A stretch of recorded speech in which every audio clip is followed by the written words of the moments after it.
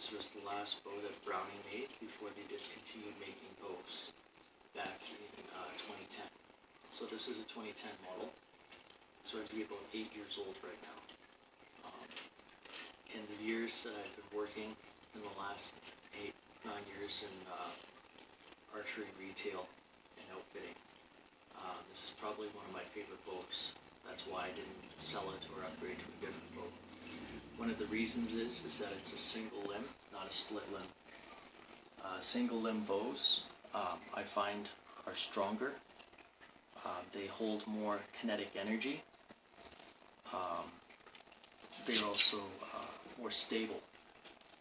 Carbon fiber is what they use to make split limbs now, and it's laminated. Laminated bows are prone to changes in temperature and can break, separate, splinter, or even completely fall apart, and that can affect the performance of the bow. The problem with laminated bow limbs is you might not notice that when it starts happening because it happens on a micro level. Being from a background with air cadets, I started studying the anatomy of the plane.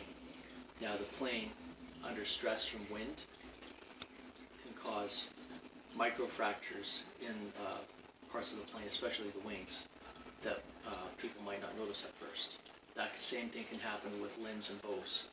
This is a solid fiberglass limb, which means it's going to be more stronger, especially in sub-zero temperatures. Up in Canada, it can get really cold. That makes a big difference when you're drawing back, because laminated bows that are made of carbon fiber will stiffen up in the cold, meaning you might not get the same flex, and the limbs might not flex forward again when at full draw at the same speed. This bow seems to maintain its IBO speed even in minus 30, which I really like. I was able to get half-inch groupings up to about 50 yards on a very cold day, minus 30. Another thing I like about this is that there's a yoke cable up here with it splits into two at the top of the limb, but not at the bottom.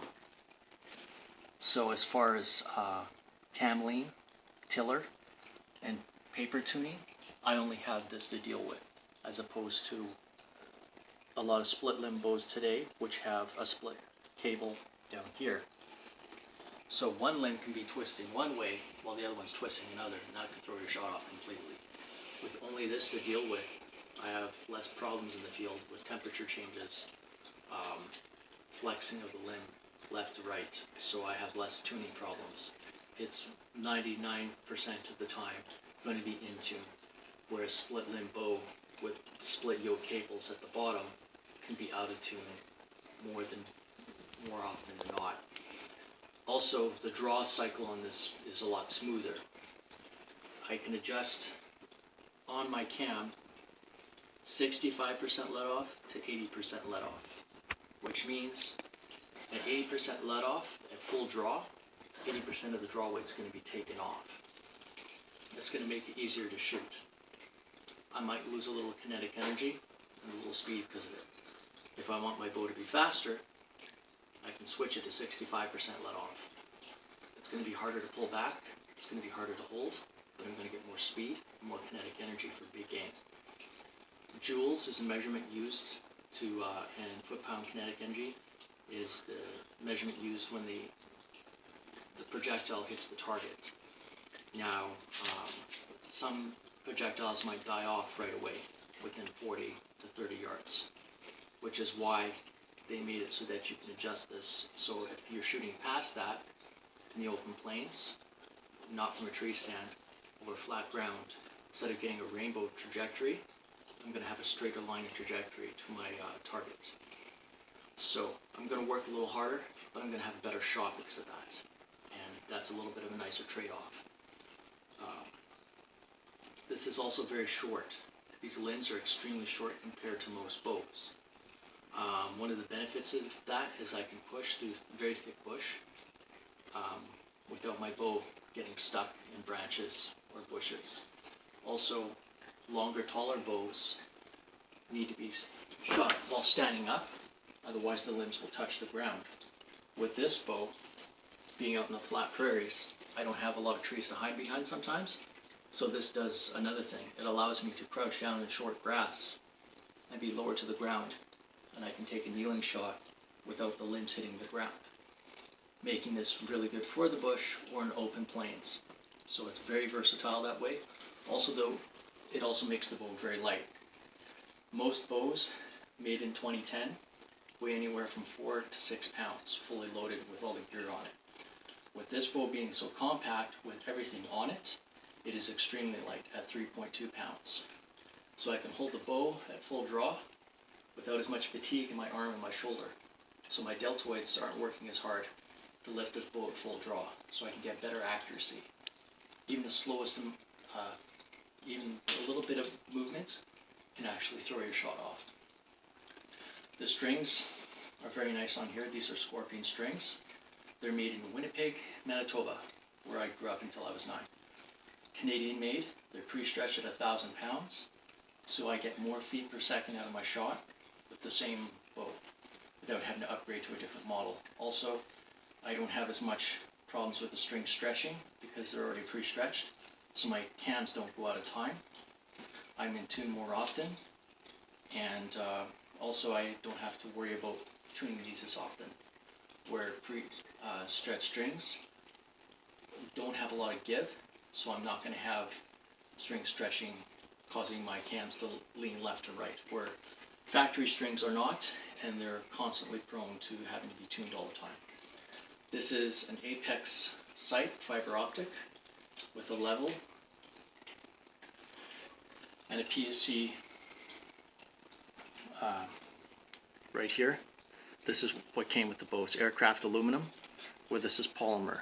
So the sight itself is very lightweight polymer filled with glass, and this is aircraft aluminum, making it a little bit stronger. And this is where I put my arrow holder in. This will hold it, and I can lock it in place. This is a trophy whisker biscuit, holds my arrow, and then, that way I don't have to worry about my arrow falling off. So it's really good for all around, moving around. And this is a True Glow Peep sight. It's aircraft aluminum, so at full draw, I get a very small diameter, so I get a very good alignment with my sight. And this is a Limb Saver 2000 dampener stabilizer with an extension on this, making it so that it takes more noise off my bow and vibration, making it more accurate, and also giving it more balance. And this is my PSC hand sling. I also have Limb Saver vibration dampeners on my limbs as well, to even further quiet the bow. So this takes off any kind of vibration or noise in my bow, making it very quiet. So Browning did make these bows until 2010. They're very extremely hard to find now, especially one like this. This model is very rare. At the time when they first made it, it retailed for about $7.89. I bought it on clearance for about $300. Right now, because they're no longer in production, it could even go for more money now, but I will probably never sell this bow. It's got a lifetime warranty, it's meant to last a lifetime, and probably one of my favorite bows to shoot.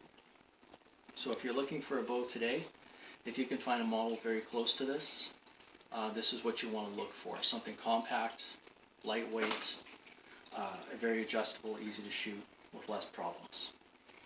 So thank you very much, and have a good day.